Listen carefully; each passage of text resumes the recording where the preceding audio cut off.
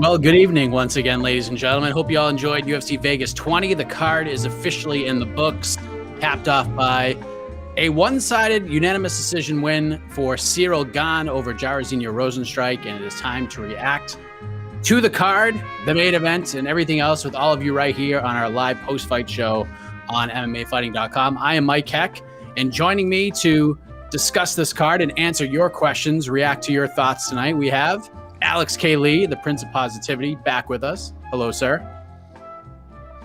Hello. We have... Nobody cares about me, Mike. We got a special guest. Keep going.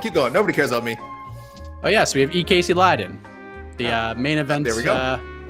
The main event Nostradamus, Casey, and then we do have a very special guest joining us: UFC veteran, Strikeforce veteran, PFL veteran, the former Invicta champ, and someone with her phone always on for that call to get a well-deserved opportunity back with the UFC. Let us say hello to Sarah Kaufman joining us on the program. How are you, Sarah? Oh, I'm good. Thank you. I did not know that Alex, his nickname was what do you say, the Prince of Positivity? Yes. I mean, it's not bad. I like it. I don't like him, but I like it. That's all we ask for. I'll take it. AK Lee. I'll take it. Not bad. Yeah, I'm okay. The nickname is great. I'm like, whatever. Yeah. Well, Sarah, it is great to have you here with your expertise. It is needed with this group, no doubt about that. But let us talk the main event before we get to the peeps. And for you guys watching right now, give us your thoughts, your reactions on everything in the chat. We'll get to them momentarily. But Sarah, Ciryl Gane, big win over Jairzinho Rozenstruik. Wasn't the most aesthetically pleasing mixed martial arts main event you'll ever see, but Ciryl Gane did what he had to do to win. He's 8-0 now, climbing up the heavyweight ranks. First main event and gets it done. What did you think of Ciryl Gane's performance tonight? I actually thought it was a really good fight. I mean, in the realm of like crazy fights and 5-round main events, I get that it's not necessarily the fight that the general people want to watch for 25 minutes. However, I do think that he did what he needed to do. I thought he looked good. I thought he fought a really smart fight. He stayed busy against someone who is clearly, ready to knock him out at one touch. So he played it safe, but I think that in doing so, that's actually pretty hard to do. With a crowd, maybe that would have gone over a little worse because there would have been a lot of booing potentially. But as someone who's involved in the sport, I actually think that it was a smart fight, just maybe not going to gain him the most fans. I would agree with everything you just said there. AK, what did you think of Ciryl Gane's performance? 8-0, gets a big win, first main event. How did you think he performed? I thought he was very calm, cool, and collected heading in there tonight. Yeah, it was great, man. I think anyone who's seen Gane fight, even from like his third, I think the first time I saw him was when he won the TKO heavyweight title. And I think that's still available on Fight Pass if you want to see that fight. And like just see him in his third pro bout, he's like one of the most mature prospects I've ever seen. Beyond just obviously the athleticism and his other physical gifts, the way he fights is like it's not what you would expect from a guy coming up. He gets first round finishes, but he's not like hunting for them. He's not a berserker. He's highly technical. He's really educated, and you saw that tonight. And he had to be because Rozenstruik is also an experienced, educated fighter. It's just that in this situation, I think Gane's game plan was better. I think he's a bit quicker, and I think his techniques were just so on point. And he knew to avoid how dangerous Rozenstruik can be. I think up until the fifth round, we all thought that Jairzinho could still land a knockout blow, but Gane was just really, really sharp and made sure that didn't happen. So again, yeah, maybe it's not the the big explosive heavyweight finish that we all like to see. But it made sense for Gane, and I'm glad he fought the way he did. So big statement for him. Yeah, I think Gane kind of set the tone, Casey, about with the way this fight was going to go, because as we discussed in the preview show, Rozenstruik is a very powerful counter striker, and Gane wasn't giving him any opportunities to counter. He was being patient. He was letting Rozenstruik sort of come to him and made him pay with those jabs. Anytime Rozenstruik was getting ready to throw a big strike, he had a big jab to the face. And you kind of predicted that this would not be a barn burner that a lot of other people expected. That is how it played out. What did you think of Gane's performance in his first main event tonight? From an entertainment standpoint, from Dana White's point of view, that fight sucked. That was a horrible fight. 25 minutes of that was not good entertainment. For Ciryl Gane, though, it was a perfect fight. I mean, outside of winning the 50, he doesn't win the 50K for a big bonus, but he just needed, like, Bisping in the first 3 rounds, he kept saying, all that matters is winning. Winning is what gets you places in this sport. And that's what Gane did. Now, toward the end of the fight, Bisping got really bored and was all like, he's not going to gain any fans. Dude, there were no fans there. So gaining fans was not important for this fight, because no matter if he would have knocked out Rozenstruik in like 2 seconds, it don't matter. It don't matter. He wasn't jumping in front of John Jones. He wasn't jumping in front of Derek Lewis as far as getting a potential title shot. So I thought Gane did exactly what he needed to do. He fought. He got a W. He's moving up the rankings, still undefeated, and he's going to fight even a higher. I guess Rozenstruik was ranked 3, so he'll fight. I don't know. He's one fight away from a title shot right now. So no, great fight for Gane. Crappy fight for the fans. Sarah, how important is, I mean, like Casey said, he goes out there and knocks out Rozenstruik in 20 seconds. Yeah, it's great. And, you know, it's a recency bias sport. Everyone celebrates it. They're like, oh, let's do this and this and this. But I think cage experience is super important for a guy like that too. I mean, he was 7-0 heading into this fight, and now he just had his first main event and he gets a win. How important is just logging that time at this point in his career and doing it in a big spot at the same time? I think having that 25 minutes and having gone the 25 minutes, not gassing out, I actually thought the pace was not a lightweight pace and not a flyweight pace, but I thought it was a pretty consistent pace for the full 25 minutes. There was some, holding on the cage, but it wasn't, minutes and minutes at a time, which I think is especially where you get bored, but also where you can gas yourself out. I thought he still had good speed. He was still using his movement. He was using those front leg kicks a lot and just finding his rhythm, finding the ability to fight a smart game plan, stick to his game plan for a full 25 minutes against someone who's clearly fought many more opponents and also a lot of the best names and the biggest names in the sport. It's going to help him a lot in the long run. And at the end of the day, he gets a win. And a year from now, people aren't going to remember if it was a one-punch knockout or 25-minute fight. It's just going to go as a win. He beat the number 3 guy. Now he moves up. He gets one more fight, gets the title fight. And, next weekend there's fights. The weekend after that there's fights. The weekend after that there's fights. People will forget whether this was the most exciting or the most boring fight, and they'll just remember that he won. So I think for him, that was a huge step forward. Great for him. Yeah, I mean, you got to mind your P's and Q's with a guy like Jairzinho Rozenstruik. You can't get sloppy in there. I mean, look what happened with the Alistair Overeem fight. 24 and a half minutes, Alistair Overeem's winning, and then it just takes one and changes the whole pace of the fight. So good win for Ciryl Gane. It's not a highlight reel win, but it's a win, and it's a main event win. So good on him. He's on to bigger and better things. We'll see what happens with Jairzinho Rozenstruik. Of course, AK and I will be discussing what we think could be next for both of these gentlemen on to the next one. Magomed Ankalaev gets a decision win in the co-main event. Montana De La Rosa versus Mayra Bueno Silva went to a draw. Pedro Munoz, Jimmy Rivera was awesome. Munoz gets the win there. And then Bruce Leroy, Alex Caceres gets his 4th straight win over the wild man, Kevin Croom. It was a good fight. It was a good fight. Crash Kevin Croom. We're still waiting on the bonuses. Any predictions for the bonuses here? We only had one finish tonight from the newcomer Ronnie Lawrence. Stops Vince Cachero in the 3rd round. Another referee letting some things go on probably a little bit too long, but it is what it is. Wasn't the most egregious late stoppage of all time. We've seen worse just over the last 48 hours. If you are on Twitter and watching crazy fights and how those things play out. What was up with that ref? If that ref wanted just extended that really late stoppage, we could have had all decisions. That ref screwed it up, man. We had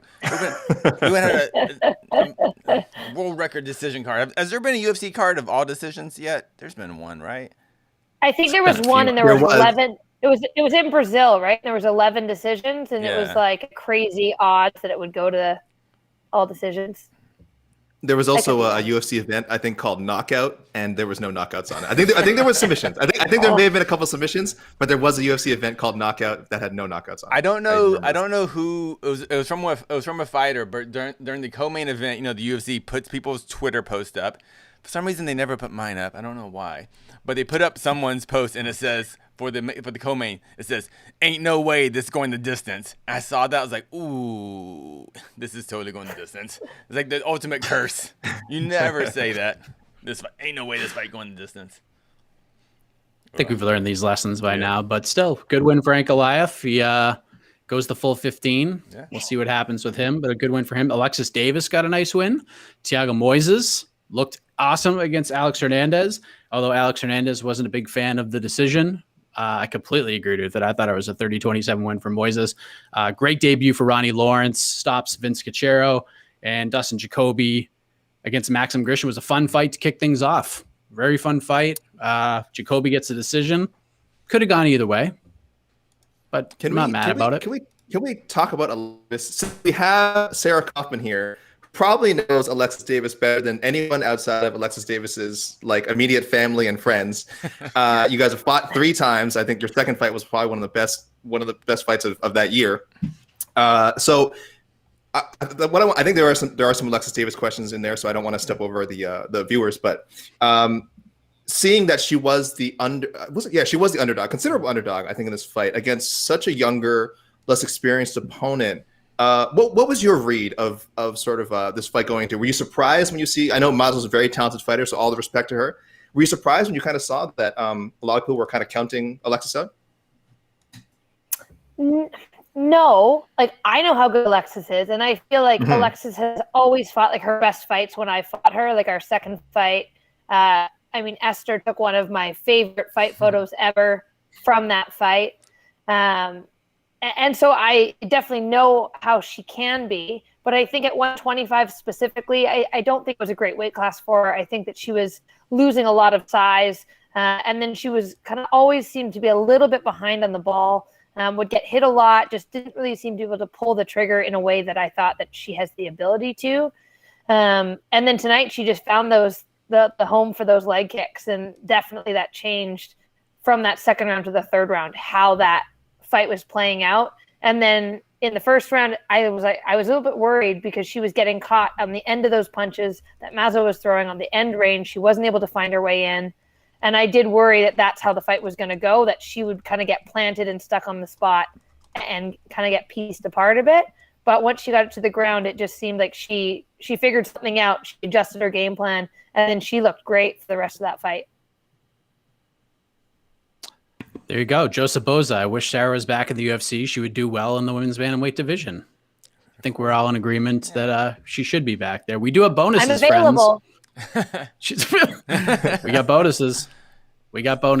It's got to be double fight of the night. All right. Nope. Oh, nope. It's a perfect night. It was the perfect night for double fight of the night. All right, then. One fight of the night, one performance bonus. Oh, no. Who would you give double one fight performance of the night bonus? to, Casey? I'm sorry? One performance bonus. I guess the one guy that finished the fight, right? Correct. That is And we know what the fight of the night was. Yeah. Sarah was asking who would you give the other fight of the night? To the 25ers, the lady 25ers, De La Rosa and Bueno Silva. Yeah, Buenos. That was a great. Sure. That was a great fight. Good fight. I scored it for Bueno Silva. Actually, I thought I had 29-27. I thought she won all 3 rounds, and at the point deduction giving her 29 rather than 30. But yeah, I thought she looked great. I thought it was a great fight in general. I agree. Yeah. She's got a violent clinch that Bueno Silva. Good God. I would hope those if knees.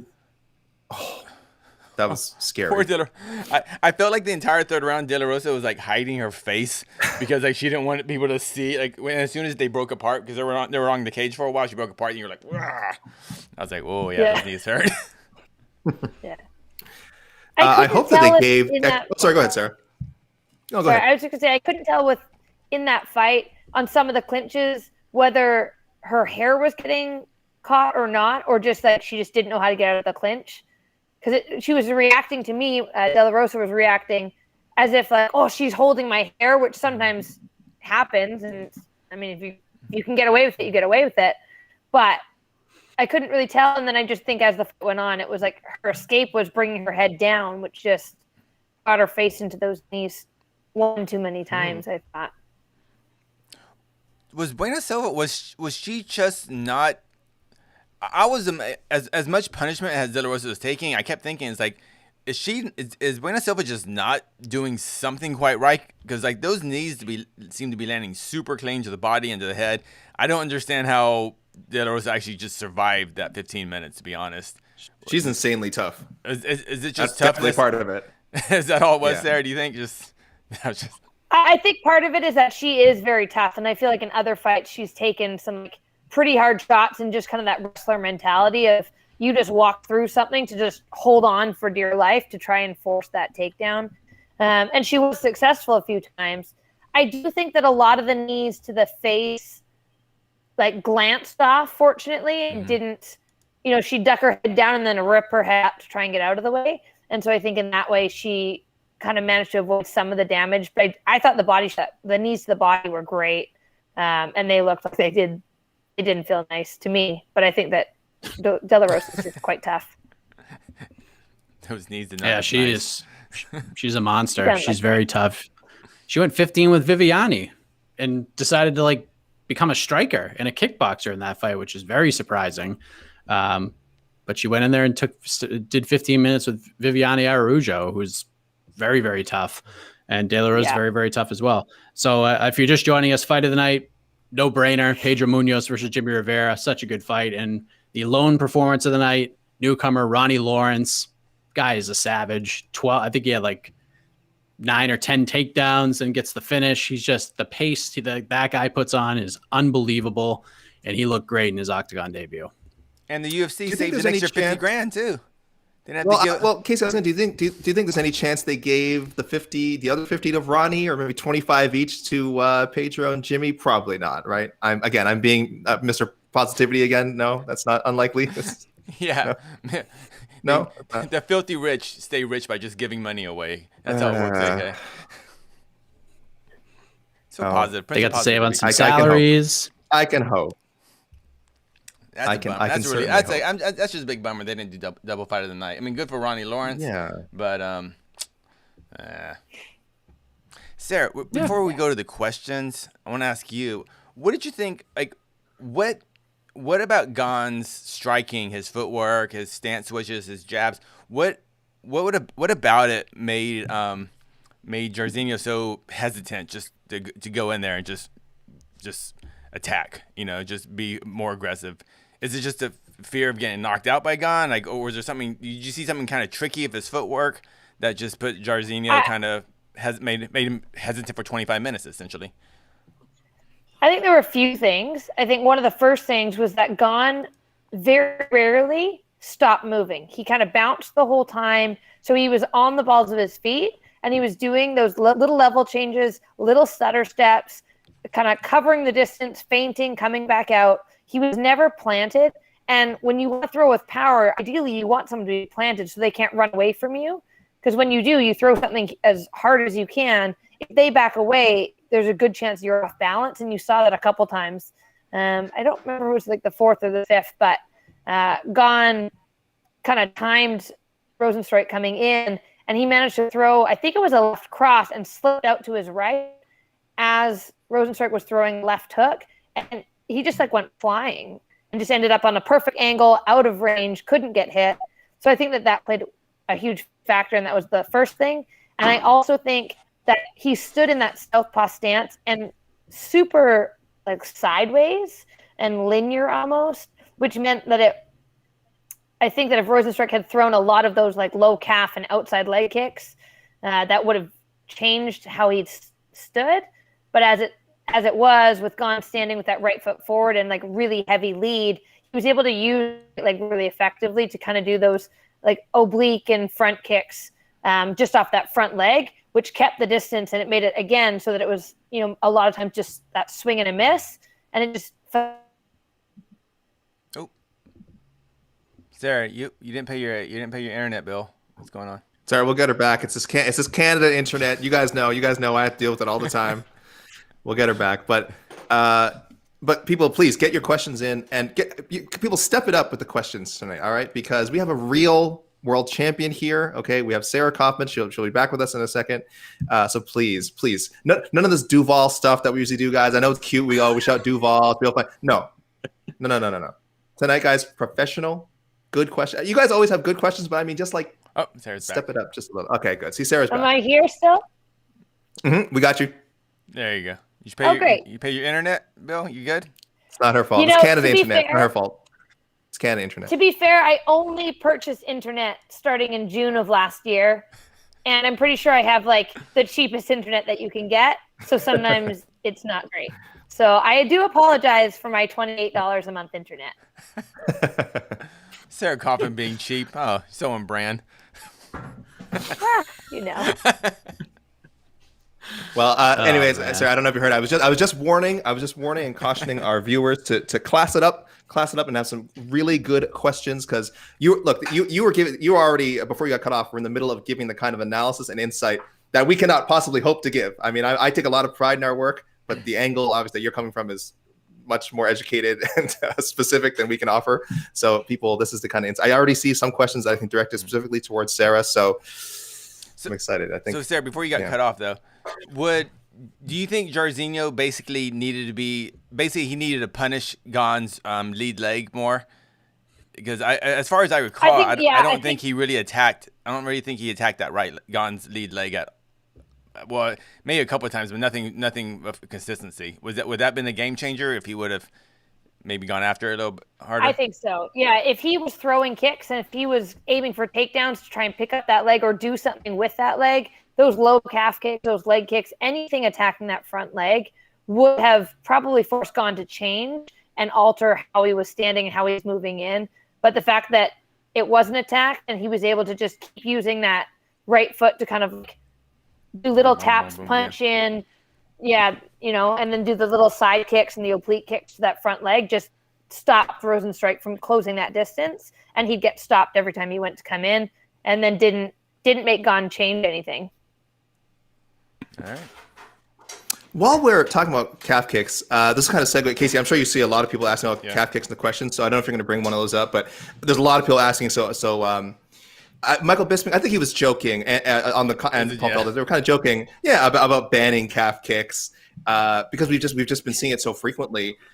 So, kind of two questions. I mean, what do you think of that joke suggestion? And two, like, Sarah, how new is this technique? Like for us, it's like obviously we talk about it a lot now. We're seeing it in a lot of fights. I think I feel like almost every fight tonight opened with someone throwing calf kicks. Is this that new, or is this something that you've dealt with before and just people are only starting to notice it now? What's your thoughts on that? I think Benson Henderson was definitely one of the first people to really use it consistently. I read somewhere that someone posted, or maybe it was Sean Shelby posted, that it was actually someone, Wilson Reyes maybe, back in like 2010 might have used it down with ATT. But from what I remember, Benson Henderson was kind of the first guy who started using it. And everyone's like, what are you doing? That's dumb. Like, kick them in the leg, make their thigh hurt. Punch him in the face, kick him in the face. Like, why would you do that? That's so stupid. And now that people have gotten effective at it and are targeting it, it's not an accident. They've realized that, 1, 2, 3 of those, all of a sudden that whole game plan changes and people can't move. And it is very hard to defend. Yeah. It's hard to counter off of it. I mean, your options are kind of like, get your leg out of the way, try and turn your shin over, but if you lift your shin too high, you still get your calf hit. Try and punch through it, which might work, but again, you're taking damage. And you're not usually getting taken down off of it. So when you throw a regular leg kick, a lot of times people catch those, punch you in the face. Even if you don't get hit, you lose balance, you fall down, now you're on the bottom. So I just think it's, of all the trends, of all the stance switching and the oblique kicks and the shoulder throws and whatever else people have, over the years has been a trend that they thought the Superman punches that were a big thing. People figure them out and they kind of disappear. But I think more and more with the calf kick, it's just a really hard offense to stop and to be effective with. It doesn't take much effort to be really effective. So until someone figures that out, I think that they're going to keep being effective, and I think they're going to decide a lot of fights and change dynamics. And I also think that in some ways, it's now going to force people to work their opposite side a little bit more. I personally prefer to be orthodox almost all the time. I think fundamentals are so important.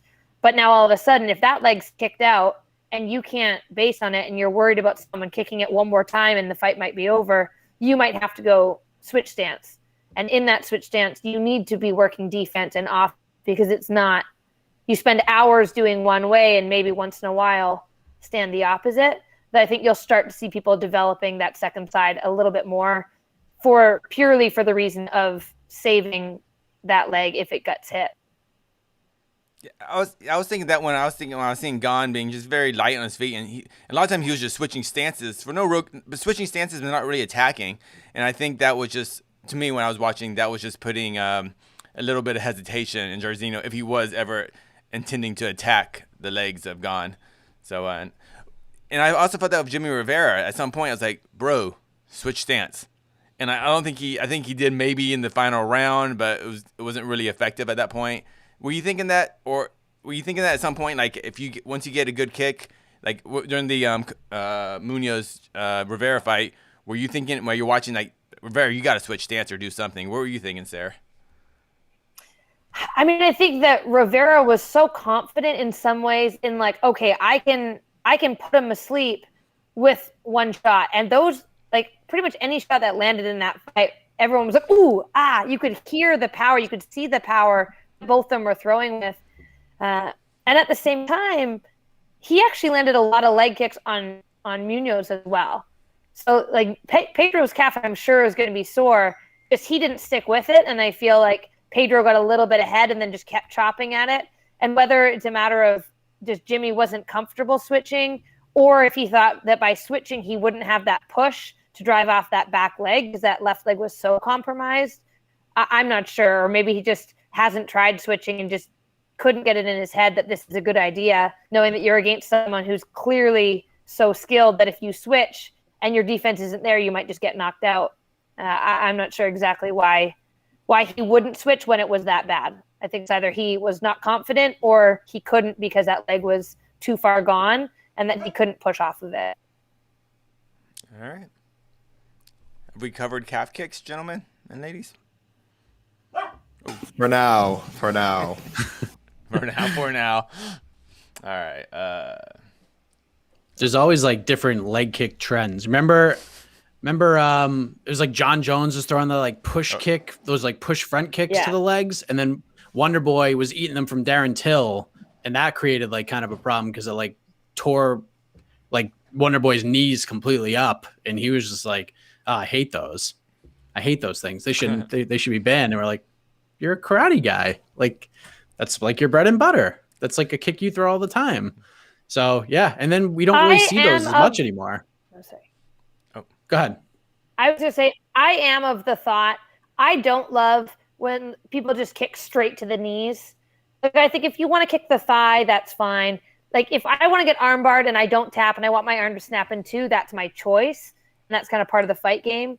But if someone just stomps on my knee and my knee just explodes, there's no option for me to tap to that. You know, yes, it's a good offense, but in the realm of sportsmanship, it, you know, is potentially career ending, or it puts you out for, 9 months, a year if your knee entirely explodes and blows out and you lose an ACL.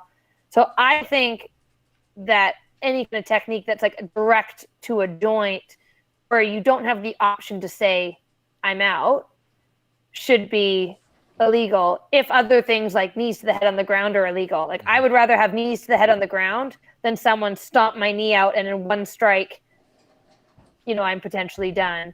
That's how I feel about it. Like, you're not allowed to hit someone in the back of the head. I also think you shouldn't be able to stomp on someone's direct knee joint. Yeah. So do you think it's kind of like almost like an unwritten rule amongst fighters now to just not do that anymore? Because we don't see it as much anymore, even though it's super effective. No, I don't. I think that people would do it if they think that it's going to be effective, if it's going to work. But I think when you go, you have to be so confident in throwing them, and you have to be so accurate in throwing them, because if you miss, you're just getting punished for them. And I think that's what you saw with Holly and Amanda Nunes, actually. Holly likes those side kicks and those oblique kicks. And one of the reasons she got knocked out was she went to do that oblique kick from her front leg. She missed, fell to the inside. As she stepped out, Amanda stepped over and head kicked her in the face. If you watch that, she actually tries to throw that right side kick to the thigh. And whether it's Amanda moves or she just misses, I don't exactly remember, but I remember watching it. She slips to the inside, steps out, gets kicked, and that's the end of the fight. So I just think it's riskier to throw them. I need to rewatch that. See, yeah. we wouldn't get that kind of insight from Jose Youngs. Just throwing that out there. We get a lot of wonderful things from Jose, okay, when he's on the show. But yes, this is a Sarah Kaufman special right here. But what anime Yes. does Amanda Nunes like? Okay. Oh god. Like, What are the, That I what don't are the know. peeps saying? okay. No, we're gonna talk we'll talk dancing shows before we talk anime if Sarah's around, all right? We're not talking anime if Sarah's here, okay? All right, questions. All right. So let's go to that. Let me find one real quick. So it looks like in terms of the three bonus awards, the last time that happened was UFC 208. Apparently, And what was that? And who did you know who that I was? was there, so what was that? I have no idea. I was there as well. What was That it? was not the best card ever. I would say Poirier Miller must have got fight of the night. No, what was 208? What was 208? What was the main That was event? Holly Holm and Jermaine Duranamy. Oh, that was the Brooklyn card. Oh, I do not. Yeah, that was a horrible night for everyone. I don't remember. Not for Like, Jermaine. I think you had a Even pretty good night. Jermaine won the dang title, and I thought that was even a good night for her. Like that was just. Oh man. I'm trying to remember if there was even a you're finish right, on you're that card. Poirier and Jacques. That's it. Yep. Oh, Jacare, that's what it was. The only finish. Yeah, the only finish. Before Tim we Bosch. get to the actual fights, we have this question. When will we see Sarah fight again? Well, this is a tough question because I am pretty much always available and always looking for a fight.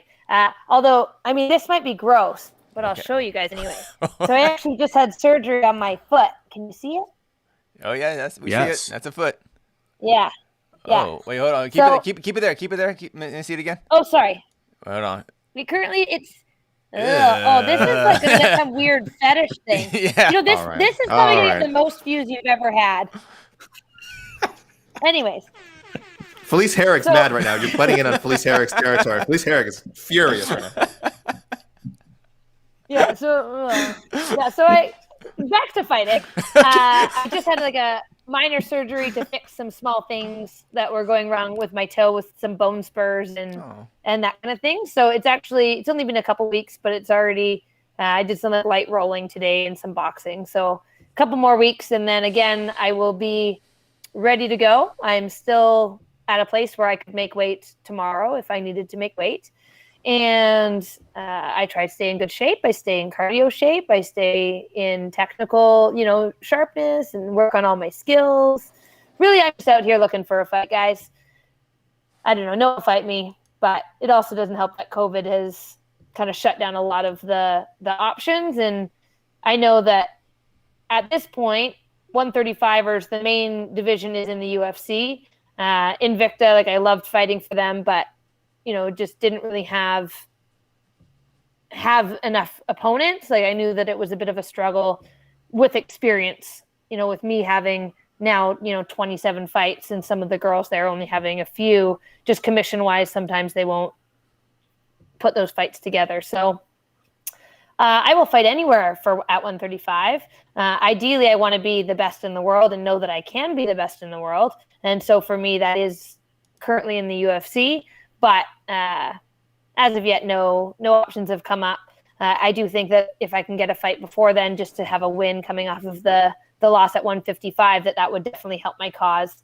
But I'm always going to put my name, if something comes up, short notice, I'll always put my name in the hat, and hopefully at some point it gets chosen. And if not, then I'll just keep doing what I'm doing and bettering myself as a martial artist and eventually find that opportunity. Yes. So Bellator has, I think, teased the possibility of 135. Bellator didn't have 135, unfortunately, but man, if they did a Grand Prix and Sarah Kaufman was not involved, that'd be ridiculous. That'd be straight up ridiculous. So hopefully that happens. I don't know. Agreed. We need Sarah. We need you at the Mohegan Sun Arena in glamorous Uncasville, Connecticut. getting ready for in the opening in a Grand Prix tournament. I'm just saying it has to be done. So I think that'd be a great spot. I know UFC, of course. I don't know why they haven't called you up, but I think a Bellator Grand Prix with you in it would be just awesome. Yeah, Bellator 135. I'm in. Mm-hmm. Okay. We got a Seahawks fan 91. Does anyone else know that Alex Caceres is on a 4-fight winning streak? I find that hard to believe considering his up and down career. I will say I knew he was on a 4-fight winning streak. I know it's kind of an under the radar 4-fight winning streak, but it is a 4-fight winning streak nonetheless. But Caceres took on a wild man in Kevin Krum. He was crash indeed, and Caceres showed that even though he fought a guy with a lot of experience, there's a difference between fight experience and octagon experience, and Caceres has a shitload of octagon experience as he showed in that fight. So Sarah, let me ask you, sorry AK, didn't mean to get all New England on you and start throwing out S-bombs, but here we are. Sarah, what did you think of Alex Caceres' performance tonight against an absolute wild man in Kevin Krum? Yeah, I enjoy watching him fight, and some of those triangles, I enjoyed that he also admitted that his legs were gassing, and so he almost didn't try to get the finish in some ways too, because a lot of people would be like, oh no, I just didn't have it, or they kind of make up an excuse for why they didn't get it, as opposed to just being like, well, honestly, I knew that he was going to keep coming and that I needed my legs, and they were kind of burnt out. But I just thought he fought a really smart fight, and I mean, someone who's like constantly kind of running in and pressuring, he nearly got the finish towards the end there. I like watching him fight, but I'm not going to lie, I did not know that he was on a 4-fight win streak. But I also don't know that many people are on 4-fight win streaks, because there are often so many fights that I can't keep up, that if I don't watch them live, I just don't really watch them unless it's kind of pertaining to a friend that I have that's fighting, or someone in my division that I'm keeping an eye on. So I didn't know that, but I am happy for him and hope that he gets kind of a step up, because where's he even ranked? Like that division's just pretty crazy. Like, is he ranked or is he not ranked? Unranked. He's not ranked. No, I don't think he's ever broken the top 10. not top 10, top 15, which you love, Casey. You love talking about top 15. Top 15 is not a thing. It is a thing. It's not a thing. It is if you're number 12, Casey. It is if you're number 12. Yeah, if you're number Casey. 16, top 16 is all that matters. Exactly. It's all about managing expectations, perspective, Casey. It's funny for Caceres. This is actually his. I mean, technically, he had a 5-fight win streak a few years ago. It was erased by a no contest. One of the fights was turned to a no contest because he was smoking the weeds, which we don't approve of here on MMAfighting.com, for the record. Don't approve that kind of behavior. But regardless, I think it's a little unfair. He technically should have been. Whoa! Are you speaking for? You speaking for the whole site here?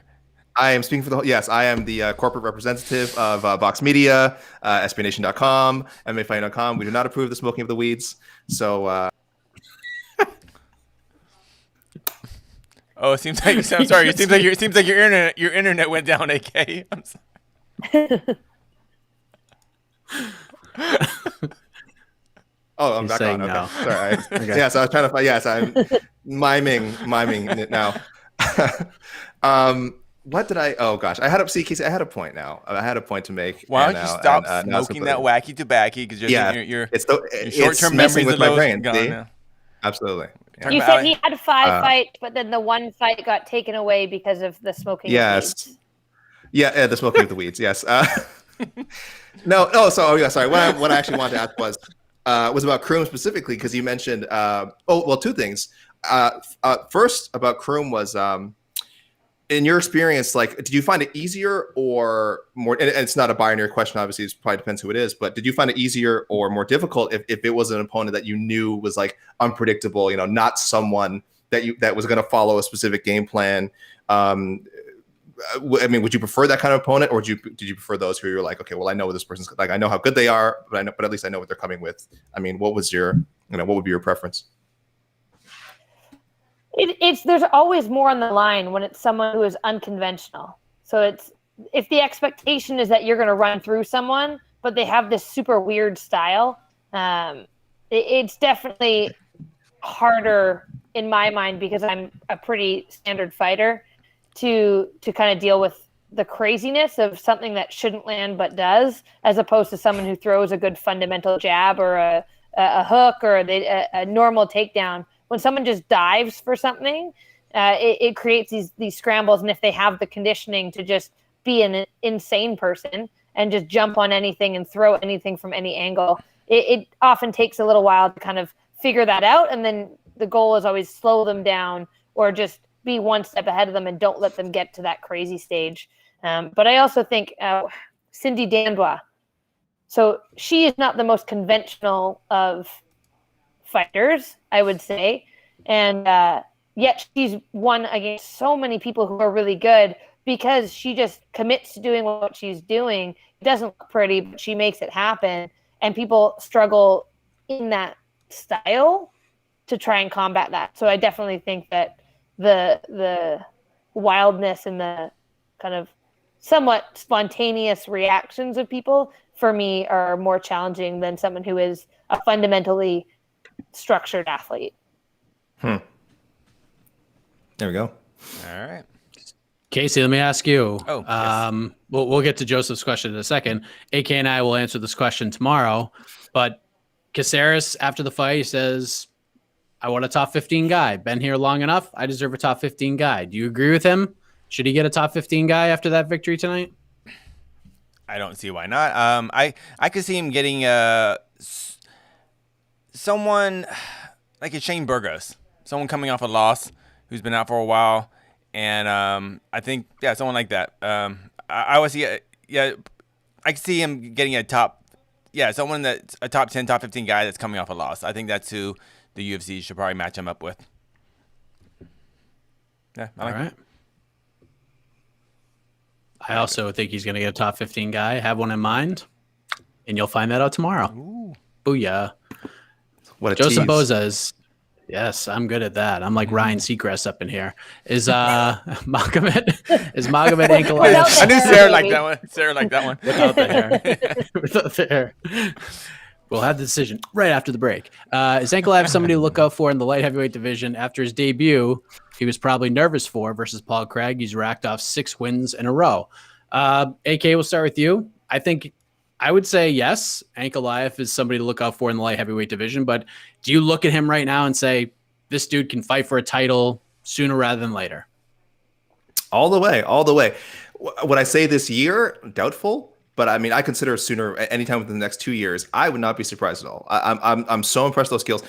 Joseph mentions the Paul Craig fight. He dominated that fight. He dominated the Paul Craig fight up until the end when he got caught by Paul Craig last second magic, which he's not the only fighter that's happened to. So certainly no shame in that. But yeah, I mean, even if you take that fight into account, that to me does not diminish like what an exciting prospect this guy is. So I'm really high on Ankalaev. I thought he would finish Krylov, but Krylov is really good as well. So again, it's not like I think less of Ankalaev because he couldn't get the job done. If anything, the fact that he found a way to sort of neutralize such a dangerous opponent and kind of adjust his game plan. I'm sure he was hoping to get an early finish, but he got a sort of a more measured Krylov, and he matched him in that sense. He really has looks to have the whole like well-rounded skill set that we look for in a UFC champion. So I don't know if he can go all the way and win it. We don't know what the 205 division's really actually the top it's even going to look like a year from now. But could he contend for a title? Yeah, I'll say this. I'll go as far as say I'll be surprised if he does not compete for a UFC title someday.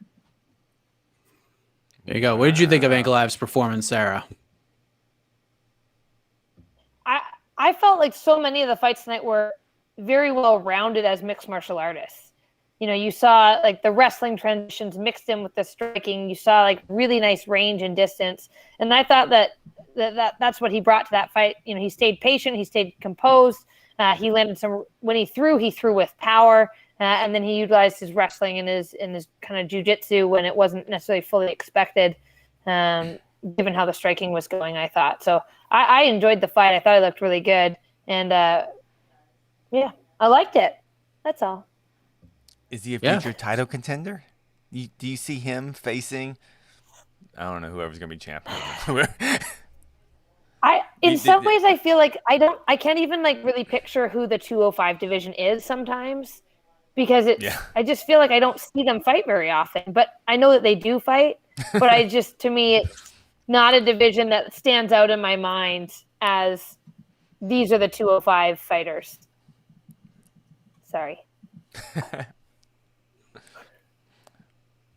I think fair. Yeah, I think he's very good. I don't know if we'll see him fight for a title, but yeah, he's obviously good. And if he can knock people out, and if he has to slow the fight down and grind out a decision, he can do that, which is good for winning. Not necessarily great for fans that want that violence, but that's smart fighting, and that's what wins the championships.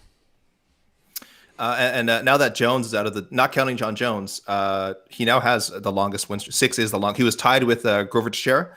Now he has the longest win streak at 205. So definitely one to watch. Yes, I think he will be a tough out, Tristan. No doubt about that. It's definitely a guy to keep an eye on. He's only going to get better. So, is he in Vegas? Like, I think he's in Vegas. I think he's in Vegas right now too. I think this is the concern for him now. Though, I wonder if people aren't going to want to fight him. I think he's a bad stylist matchup for a lot of the guys that are in the top 10. He doesn't quite have the name value that probably some of these guys are looking for, and I think he's really dangerous. So this is the only thing that's really going to slow him down. Is I think some people are not going to be jumping at the chance to fight him. Oh, absolutely not. Why would you want to fight him? Yeah. I wouldn't. Today I'm still working on how to pronounce his name correctly. That's what I mean. Like, because like he's up and I was like, oh man, I'm gonna have to start saying this guy's name a lot. Like because we have lots of fighters in the UFC. I'm like, okay, if I end up fight night in prelims, whatever. But like, oh, he's gonna be a main card dude pretty soon. And and the guy's like that next wave, that the new generation of 205ers, he's part of it. So get used to it. Yeah, but I don't see guys lining up to fight him though. I actually think he's in a great spot right now because the whole top 6, every one of those guys, they're booked. So one of two things can happen. He either gets the loser of like any 3 of those fights, which how are you going to say no coming off a loss? Or he didn't take a lot of damage tonight at all. So let's just say somebody falls out. You can slide him right back in, especially if he's training out in Vegas and he's going to stick around for a little while. So I actually think he's in a pretty decent spot right now, as opposed to like getting into the number 8 spot, which you probably will be come Tuesday. And then like all the top 7, none of them have fight books. And they're like, nah, I don't want to fight this guy. Now you can just slide him in and he's actually in a really good place right now. So I think the timing's really good for him to make a move at this point in time. But we'll see. We'll see. That's smart. That's a smart analysis. Mike, you're a smart guy. Me? Mike, Sarah, thank you. Sarah, thank you. I say this to him all the time. I say this, Mike, you're a smart guy. I'm glad he gets to hear it from someone whose opinion matters to him. Because I know sometimes people like Casey and I can say it doesn't mean anything, but he hears it from a pro. Now please, Mike, take that, please. Excellent. All right. I'm write that down. The pull clip. Yes. Of when Sarah Kaufman. Please put that out there on social media. Please. Yes, my wife will be so proud. We're gonna frame this clip somehow on the wall. Just gonna loop it with the foot. Yeah, there it is again. When that foot showed up and we got all these thumbs up, all the view counts went up. It's crazy. The foot shows up, spiked. Yeah, it's amazing. What else we got? Thank you, Tristan. You're the sickos. Tristan Gordet always coming through with something. Appreciate that. He's gonna be on to the next one too. Oh, absolutely. Okay. Pedro Munoz calls out TJ Dillashaw, as every bantamweight has. Who wins the Dillashaw fight out of all the callouts? I feel like this is a very popular question coming out of these events because there's always high-level bantamweight fights on all of these cards. So Casey, now we have another entry into the Dillashaw sweepstakes. One Pedro Munoz. The likelihood of him getting that fight, and who do you think's the favorite right now to get a fight of that level? I don't think it's Pedro Munoz, unfortunately. It's smart for him to do that call out. If Dillashaw is not fighting for the title next, which if he's not fighting the winner of Jan Aljo, which I don't think he deserves because of the EPO suspension. The fights that make sense would be, to me, if you're gonna put him at the top of the line, someone like Sandhagen. Sandhagen still needs that for some reason. I don't think the fans are still behind him 100% as far as like, a championship, main event pay-per-view type guy yet. and he needs to beat a guy like Dillashaw. That's what Munoz realizes too. He needs to beat. Everyone needs to beat Dillashaw for some reason to become the next Dillashaw type star in terms in bantamweight division. So I don't think it's gonna be Munoz, unfortunately. But man, Munoz is awesome. I think he's a very underrated, very underrated 135er. I dug the call out a lot. Sarah, what would you do if you had the mighty pencil besides sign yourself to the UFC, which is well deserved? What would you do with TJ Dillashaw? Who should he fight in his comeback? He could fight me, and then I could just fight in whatever division is available. But 135. You weigh the same. You can make weight 135. tomorrow. No, I know, but I'm saying we could just make a genderless division, and then anyone who doesn't fit into having someone agree to fight them in another division, they could just come to our division. see, the whole time. I know that's dumb. No, it's not dumb because we're all talking about new weight classes. Oh, we need 165. We need 195. Turns out we need a genderless division. That was the issue. Thank you, Sarah. Yeah. I'm gonna tell Or we Jose to could bring just up have, Dana next time when he talks to him. Yeah, or like an outskirts division. Like I'm the pale Canadian female that no one wants to fight at 135, and he's a former champion who did some steroids or EPOs and then wanted to come back. We could be the outliers. We could or this is like Survivor. You guys are like on Exile Island. This is like your chance to get back onto the island proper, as it were. You just have to fight for it. That's right. I would love that. But I agree that I don't think that he should get an immediate title shot. I think that he lost that right when he made whatever decisions he made, and it's also been a lot of time, and a lot has happened in the division, and that division is amazing and has so many talented people right now that he should have to fight before it. The one fight I don't want to see, I do not want to see Jose Aldo. Yeah, Jeremiah, I agree with you. I do not want to see Jose Aldo fighting TJ Dillashaw because I'm just such an Aldo fan, and while Aldo's amazing, I don't want to see it. I don't think that it's a great fight for him with all the extra movement that TJ does. I don't want to see that fight, mostly because I'm a fan of Aldo, and I don't think that he'd win. But I do think, I think Sandhagen would be a great fight. Sandhagen's, clearly on the up. I agree with Casey. Give him that fight. If he gets the win, then he can challenge for the title. If he doesn't, Corey's in a great place. He's beaten the former title holder who didn't actually lose his belt. He just had to give up his belt. And then he should get to fight for the title next. I'm a broken record here. Yeah, you know what I'm going to say. You already know what I'm going to say. I love that fight. Yeah. There's only one fight to make. It's Dillashaw versus Faber. That is the fight. Right. That is the fight. There's heat there. If you're going to do it, you have to do it now. Yes. And it's like, it doesn't matter. Like the divisions, like let the logjam play out. Let Dillashaw fight Faber. Let the heat go. You can headline any card with that fight. Dillashaw probably wins. And then do whatever you want to do with him. Just give him one more fight to get his feet wet. Do it with Faber. Get the ratings. Get the heat. Story's there. It's right there. It's right there for you. Mike, I love it. But go ahead, sir. Yeah. Did Faber not retire? Did I miss something? Or did he retire and come back? Yeah, he came back, and he's kind of said and after he came back, he's kind of said, "I'm still definitely like I'm not fighting regularly, but I'm more than happy to take on a case by case basis. If certain fights get sent my way, I will definitely consider it." And that's one he would obviously sign up for. Yeah. I think the question was asking which call out would be rewarded, and I think there's one call out that's still to be done. I wonder if Dominic Cruz would call out TJ, should he get past Kenny. And that's one that Dillashaw would definitely be interested in. That's a win I think he would want to get back. So if we're just talking call outs, and I know there's a hypothetical one, I wonder if Cruz would call him out and then and set up that rematch. And then and Dillashaw would definitely say yes. But Casey, there's a question which I think you're going to love. I don't know if you saw it, from Terrence Leverett about open scoring. Oh, is it? Oh, God. Did you see this? Well, no, that's good. But we've talked about it ad nauseum. We might have even talked about it the last time we had Sarah on, like the A side or something. It probably has already come up with Sarah, but there's nothing wrong with revisiting it. Very meta, very nice, Kate. Very meta. Terrence Leverett's asking in regards to the Alex Hernandez result, because Alex Hernandez was very surprised that he lost to Moises. I think we all were scoring at home. For us watching, we all thought Moises. Well, it was a good fight, but I think most of us thought Moises won. He was very surprised, and I know Casey, I think you had tweeted about how different it would have been if Hernandez's team had open scoring information. So this question, Terrence Lever specifically asking, what does Sarah think of open scoring? I like it.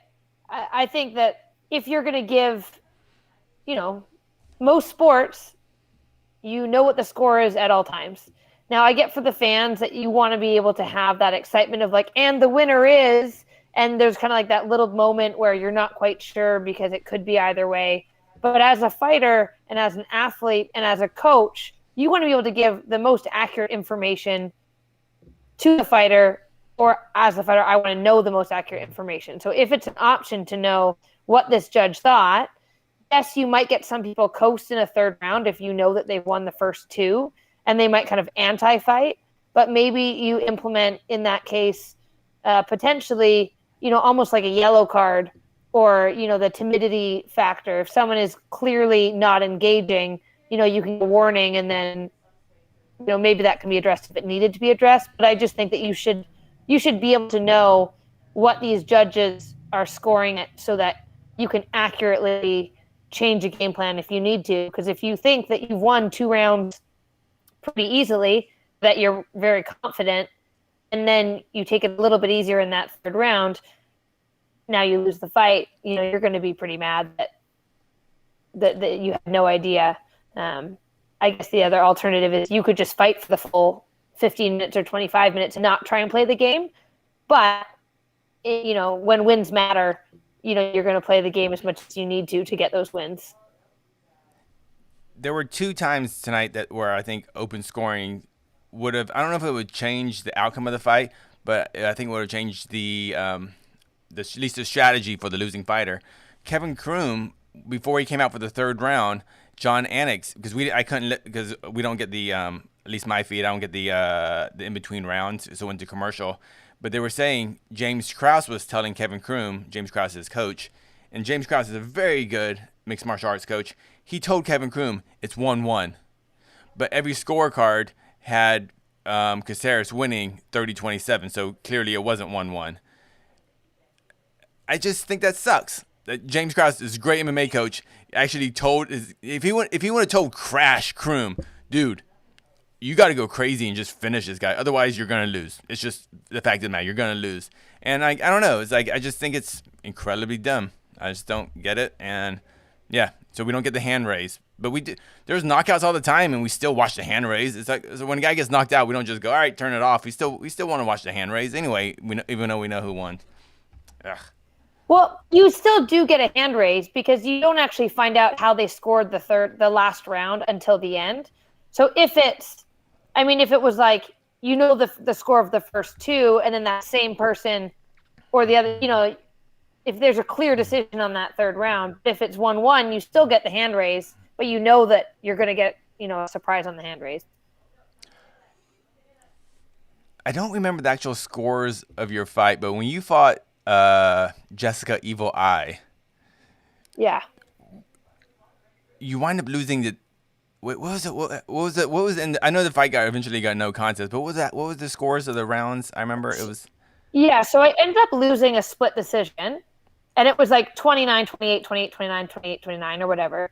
But the third round was the most decisive round of the whole fight, where I rocked her, I out-threw, I outlanded, I controlled. There was no way you could score the third round for anyone but me.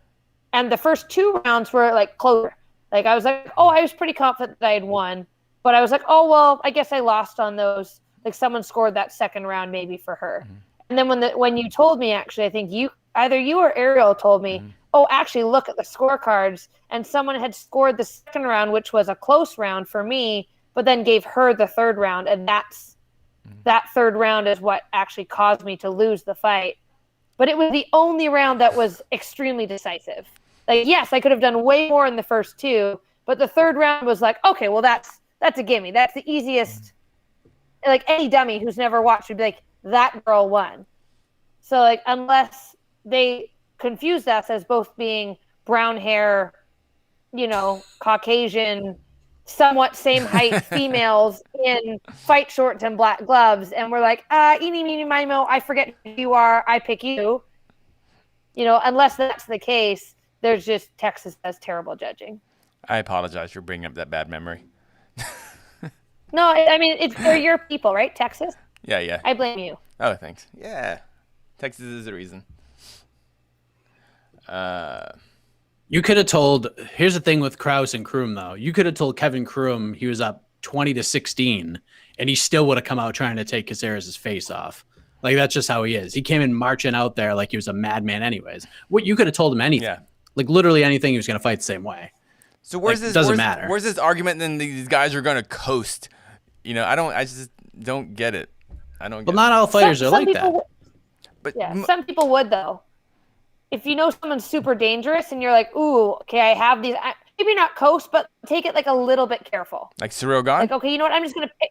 Are we calling Ciryl Gane a coaster? Because everyone knew he was up. So, I mean, we don't. Does that mean he coasted? Is coasting just another euphemism for fighting smart? Because we credit fighting smart. But fighting maybe fighting conservatively. So knowing that, like, okay, well, I don't need to throw everything in the kitchen sink at this guy and put myself potentially a bad situation. Whereas if you know you're down 4 out of 5 rounds, you better swing. Otherwise, you may as well just take a knee and kind of say, well, I'm out, if you're not going to actually try and win. So I think that coasting is in some ways like playing it smart. Like, I don't think that Ciryl Gane coasted. I just think that he fought well and he fought consistently for 5 rounds because he was worried about getting knocked out until the last 5 seconds of the fight. Whereas I think other fighters, if you're not worried about them having that power, you might just play like more of that keep away kind of point fighting style where they can't really touch you and you're winning, or maybe you don't win the round, but you don't take any damage either. To me, that's more of a coasting round than what Ciryl did. So positive. See, but Casey, she's thought about it. All right, let's see. I'm not going to go into it. But I lean away from open scoring. But again, that's my. I'm afraid of the coasting thing. I'm afraid of the coasting issue, but I'm starting to understand. I saw there was an article that came out. Was it this recent this week or last week? The Kansas, the results. From the Kansas City or the Kansas or Missouri Commission. Okay. Missouri Commission rather. Yeah. Missouri Commission. Excuse me. Yeah. Well, no, it would have been Kansas because it would have been Invicta, right? It would have been Kansas City. It would have actually been Kansas, I think. They do their fights in Missouri. The Kansas City, but Kansas City, Missouri. But sometimes they fight in Kansas City. I don't know. No, it's Kansas City, Kansas. Anyway, one of the commissions they had, I believe it's Kansas City, Kansas that's been doing. So I believe it's the Kansas Commission that's been doing, and it did. Apparently, there were some promising results as far as late finishes and fights that had where people score something like that. It's out there. The report's out there, but so I understand. I was about to ask for Sarah's foot again after you guys trying to figure out the Missouri-Kansas Commission thing because we needed to get these viewership numbers back up. Stop. Show the foot. Who's there it is. This makes great sense in the audio podcast. Who's taller? Sarah Kaufman, or TJ Dillashaw? Well, how tall is TJ? I'm pretty sure. I don't know. Some of these, like, listen. I know Gino needs to know this. I don't know. I don't need to know, but Gino needs to know. So. Well, no, we've been matching them up, so it's good to know. Yeah. He's 5'6". Very rarely. Well, okay, I'm going to say that I'm taller because he's probably not 5'6" if he's saying he's 5'6". My record technically says I'm 5'5". I'm like slightly under, but I don't know that he's 5'6". Maybe he's 5'5". Yeah. By the way, Jairzinho Rozenstruik is not 6'4". Can we stop this? He's not 6'4". If Ciryl Gane is 6'4", Jairzinho Rozenstruik is not 6'4". Jairzinho looked about as tall as DC. Maybe a little bit taller than DC, maybe. In one of my fight cards, for whatever reason, I don't remember which one it was, but it said that I was 5'9". And I'm like, who put this as a joke? Like, I've never written down that I'm 5'9" for sure, but I was 5'9" for one fight, and I felt pretty good about it. Your opponent must have freaked out. It's fun. Sports are hilarious, man. I remember, like, when I played college baseball, like I was probably like 5'11", and my freshman year I was probably like $170, maybe $175, and they had me listed at 6'1", 205, and I was nowhere near either of those numbers. But they just put it there because they want to inflate them. I'm like, I'm 35 pounds heavier. You're crazy. You people are out of your minds. We're a Division III college, for God's sake. I'm not here. I ain't intimidating anybody. All right, so we've been blabbing for an hour. So Okay. Yeah. 6'11". 6'11". Yeah. Give or take. Give or take. Yeah. I would say. I could see it. I mean, with her new foot surgery, you got to be way taller now. I'm sure they just added extra foot to your foot. Yeah, more feet. Yeah. They took the bone piece out. They just added it to the bottom of my heel, so it just raised me up to 6'11". That's amazing. Just to get confirmation, this is true. Why are you putting this? I saw that. Why are you putting this comment on? I've never seen a woman before, right. so. Well, listen, this is addressing me, Michael. Let me read this out. Thanks, the Donkeystador NFFC. Have you guys never seen before? This is so cringe and awkward. Listen, I'm cringe and awkward for many reasons, but it's not because we have a great guest like Sarah Kaufman on, all right? Trust me. Hold on. You guys watch any of our videos. I'm cringe and awkward like this all the time. All right. So Sarah, don't feel responsible that we have a special guest that's not Jose. No, I'm like this all the time. This is cool. I'm pretty sure my foot is the one's made it cringe and awkward, but you know. Yeah, pay attention, I don't think it's me being feminine. I'm not blaming the foot. The foot is, again, like I said, we've got a lot of people watching right now, and I would not hesitate to say like 90% is because of the foot. I've seen a woman before. Casey, you've seen a woman before. That came off really creepy, Mike. Just to know that. What? I get the wedding ring on. I've seen a woman. Casey's got Esther in the house. We all know it. She's the iconic voice. How dare you, Sarah? Casey, can we get this is another question up? Bullshit. You give me a nice comment, and now did you just yank it away? Call me a creep? We got to go another 10 minutes. Maybe I have to redeem myself. Apparently. I'm so sorry. Oh yeah. What a bunch of BS. Unreal. Well, I see the Donkeystador seem to like our response. So thank you for the question, Donkeystador. We're all having a good time. We're all friends. Yeah. Thank you. It's the nice Donkeystador. Yeah. What else? Do we got any more? We're just getting some, matchup questions. Oh, that's all for that's all for. On to the next one. That's on the next one. We're not gonna do any matchup questions. Oh, I'm going to talk about this. Yeah, who do we see next for Rozenstruik? I kind of like it. I saw some people mentioning that on social media right away. Well, they said Blades for Gane or Rozenstruik. I kind of like that. Yeah. That's all but maybe let Blades recover his brain first, though. Yes. Yeah. Yes. Yeah. Sarah, would you be in favor of? So it's funny, when the medical suspensions come out. Usually the longer suspensions are more for, bone-related injuries, fractures, things like that. Right. Knockouts typically get maybe, I think, I know Blades only got, I think, a mandatory suspension, I think April, so 2 months. Is there, I don't even know, is there a way like that they can address this more, like, not seriously, I'm sure they take it seriously, but more in a more concrete way? And do you think they just start issuing provisional 6-month suspensions for people who suffer these massive knockouts? I don't know. Does that even make sense? It does make sense, and I could be wrong here, but in some cases, I think that it's like the 60-day suspension, but they also have to have a cleared, like before your next fight, the commission requires, almost every commission requires that if you just got knocked out, you have a cleared head scan. Okay. So while maybe not every commission does that, but most, before you fill out all your athletic commission paperwork and it says what was the result of your last bout, and like if it was a knockout, a lot of times they require that you have been cleared from a doctor or that you've obtained a new MRI since your last knockout. So I think that in that case, I would hope that it's making sure that the fighters are as healthy as possible. But to me, if you've been knocked out 30 days ago or 60 days ago, that's supposed to be like before you have contact, not necessarily before you have another agreement, another fight. because presumably you're going to spar in your fight. So I'm fortunate that I have not been knocked out, and I hope to not be knocked out. But if that were the case, I also hope that either myself or my team around me would make sure that I definitely take the appropriate time to make sure that I heal properly, but then also have a proper camp that's controlled enough, and that if there are any setbacks, which there often are with concussion and head trauma, that I would take the time to not just want to take a fight and do it and get the loss off my brain, but take the time to heal properly. And sometimes that takes 6 months. Sometimes that takes a year for some people with really bad concussions. Mm-hmm.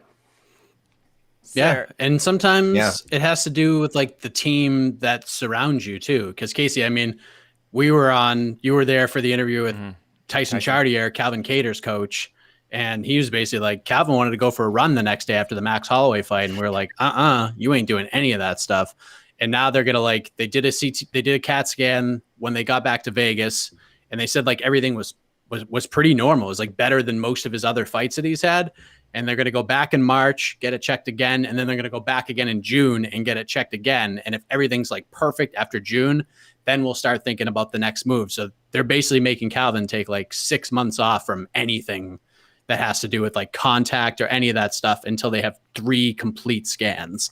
So it kind of depends on like the people you're surrounded by too. So maybe like Curtis Blades' coaches are like, dude, that was a pretty ruthless knockout. Like, I know you want to get back in there. You got 1 fight left in your contract. You want to like take that next step and see where you're at. But maybe the guys over at Elevation, Sean Madden, who's a fantastic coach over there, maybe he's like, Curtis, like, let's just slow it down and see where we're at in a few months and go from there. So I guess it all depends. It depends on the fighter, depends on the people around you. And, look at Frankie Edgar. He got knocked out by Brian Ortega ruthlessly. And then he fought Cub Swanson, like less than 2 months later? Crazy. I mean, and he won. So, I mean, people are different. It's tough. Yeah. And people, Sarah, you probably know this, and people, I think as fans, even media, we get kind of caught up in the big knockouts, but we forget even the fights that guys win in, they take a lot of times just as much head trauma as the guy that loses, or female that loses. So it's all fights are there's head trauma in every fight, and just look at Munoz. Look at Munoz today. He came won up the for the fight. post. He won the fight, and he when he did the interview after, and he's such a sharp guy. He was so lucid, but like. I was just thinking, like, man, I want to hear from Munoz. I'm sure he wants to have his camera time, but like, I would prefer if this guy went right back to the medics right away, because I was like, I always liken those kind of 3-round fights. And Sarah, I don't know, maybe I'm exaggerating. It looks like it's like being in a car crash, and it'd be crazy to me for them to interview someone one after a car crash and then tell them, by the way, in 3 months would you be ready to get into another car crash? That's kind of like, honestly, that's kind of how I see these. And again, I know, Sarah, like you said, you've been lucky enough to avoid any like really crazy knockouts, but just from the outside looking in, that's kind of how these things look to me, and like it's so scary to me. But yeah, it's funny case that you mentioned like how people look after their fights. Yeah, I agree, and I think in some ways that when you see those like 1-punch knockouts, maybe that shot was really bad and they have a bad concussion from it, but maybe it was only 1 shot and then the fight's over, and they actually didn't have multiple. Where your brain's bouncing repeatedly and you kind of get a mini concussion, but then you keep going, you get another one, you keep going, you keep getting it hit. And those ones, I think, when you have those like, crazy tough fights where potentially someone takes some of those really like, thudding, hard shots, they've taken more damage than the guy who just got hit with 1 punch, got knocked out, and is actually probably somewhat okay in the realm of how much trauma he's taken because it was only the one. And so, yeah, like that Calvin fight was nuts. And as a fighter, I get that he wanted to stay in there, but as a fan, I'm like, oh, we could end this fight. Potentially this could carry on and be like, maybe that was the pinnacle because you took so much damage in that fight. Maybe you're never the same. So it's good to hear that the camp is reflecting on that and trying to be really smart about coming back and not letting him come back really early. But yeah, those, we sign up to be in car crashes. That's kind of what we do. That's why we're fighting. We know the risks. We know that it's the potential. You also sometimes get bonus money for those fights. So whether, you probably don't want to be known for having the fight of the night. While it's exciting, it's not great on the body. but it's also pretty fun to be in those fights. And so it's hard to kind of shy away from those when that's your style. And you kind of want to get back in there right away. You sicko. I know. Yeah. Mike, before we get out, we don't need to talk about this, but since Sarah won't probably be with us next week, can we get some predictions for the championship fights from Sarah Kaufman next weekend? Oh, so there's the 3, right? Or is there more than 3? There's just the 3. Add them all. But it was 3 next week. Yeah. Yeah. So we Well, I mean so are you going to go main event first? Go for it. Ladies' choice. Okay. So main event is the 205s, right? It's Adesanya and Blachowicz. How do I say his name? Blachowicz. Blachowicz. Don't help her. Don't help her. Jan versus Izzy. No, there are 2 Jans on this card. You can't say Jan. Oh, you're right. That's I know. No, I use that. You could say John though. You could say John. John. You could. Yeah, the main event, Izzy and John. Yes. Mm-hmm. I mean, that's a fun fight. I'd like to see Adesanya do well just because he's coming up, and I'd like to see people challenge themselves and come up and do something that's kind of pretty extraordinary. But I like that Jan's kind of style is, I would say, consistent and fundamentally pretty strong. And so I could see him trying to for sure wrestle Adesanya and kind of use his size. I think that would be the smart thing to do. So I'd like to see Jan keep his title. I think Amanda Nunes, pretty easily takes the title. I don't think that it's too much of a fight with Megan Anderson. Megan, of course, has great range and has a lot of skill in that striking department. She's tall, she's long, she is strong, but I think that Amanda Nunes will probably use the calf kicks early, stay on the outside, close the distance quickly, go for those takedowns. I think she'll probably finish her within 1 or 2 rounds on the ground. And then the 135 fight, I think, is probably like the most competitive, where I don't really know who to choose. I like that Sterling's finally getting the opportunity to step up and get that title shot because I feel like it's been a long time coming. But Peter Yan is he's a tough fighter. And I think that he's well-rounded enough that he'll probably keep the title. There you go. 3 and stills. Yeah. 3 and stills. Yeah. Oh yeah, and stills, I guess. Yeah. Unless it's not. There we go. Hedging. That's a good hedge. Mike, before you sign us off, the music's still going. We will have a special edition of The Great Divide tomorrow on MMAfighting.com by Jed and I, talking about all 10 fighters competing in the upcoming title fights and making a case for all of them. So yes, I got Megan. I drew Megan Anderson, and I will have a case for why Megan can somehow beat Amanda Nunes. So please, we'll look out for that tomorrow. But thanks, Sarah. Thanks, Sarah, for being here. Thanks, guys. Yes, Sarah. Sorry about my internet. Oh, you're great internet. Any last words, Sarah? Anything you want to tell the peeps before we wrap this thing up? Well, if I can't get a fight, I think my next career is going to be on The Masked Dancer. So yes. My costume will probably be some kind of full Snow White attire. That's who I'll be. That's probably. There you go. Well, that was great. Killed it. Killed it. I love Nailed it. You and Ken Jong. It's gonna be so great. Yeah, grand slam. I'll make sure you can see my feet, though. All right. I'll make sure you can see my feet. Oh God. There we go. Yeah. Ratings. She knows what sells, ladies and gentlemen. So officially here on the East Coast, it is officially UFC 259 fight week. So get excited for that. We'll have lots of coverage. Jose will be there. So we'll have media days. I think Between the Links is actually going to be Wednesday this week instead of Thursday because there's a press conference on Thursday, as you saw on the broadcast. And then we'll have weigh-in show and pre-fight show and post-fight show and preview shows and all sorts of craziness. So we will have you covered throughout the week.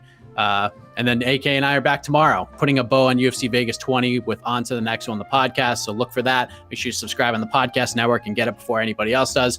With that being said, for AK, Casey Leydon, for our great special guest, Sarah Kaufman, I am Mike Heck. Good night, everybody. Happy birthday. Stop it. Stop it. Sarah, it's AK's birthday. It is not my birthday. Today? Yeah. No, it is not. It's not. It's never my birthday. Stop it. Okay, I thought you were the Prince of Positive.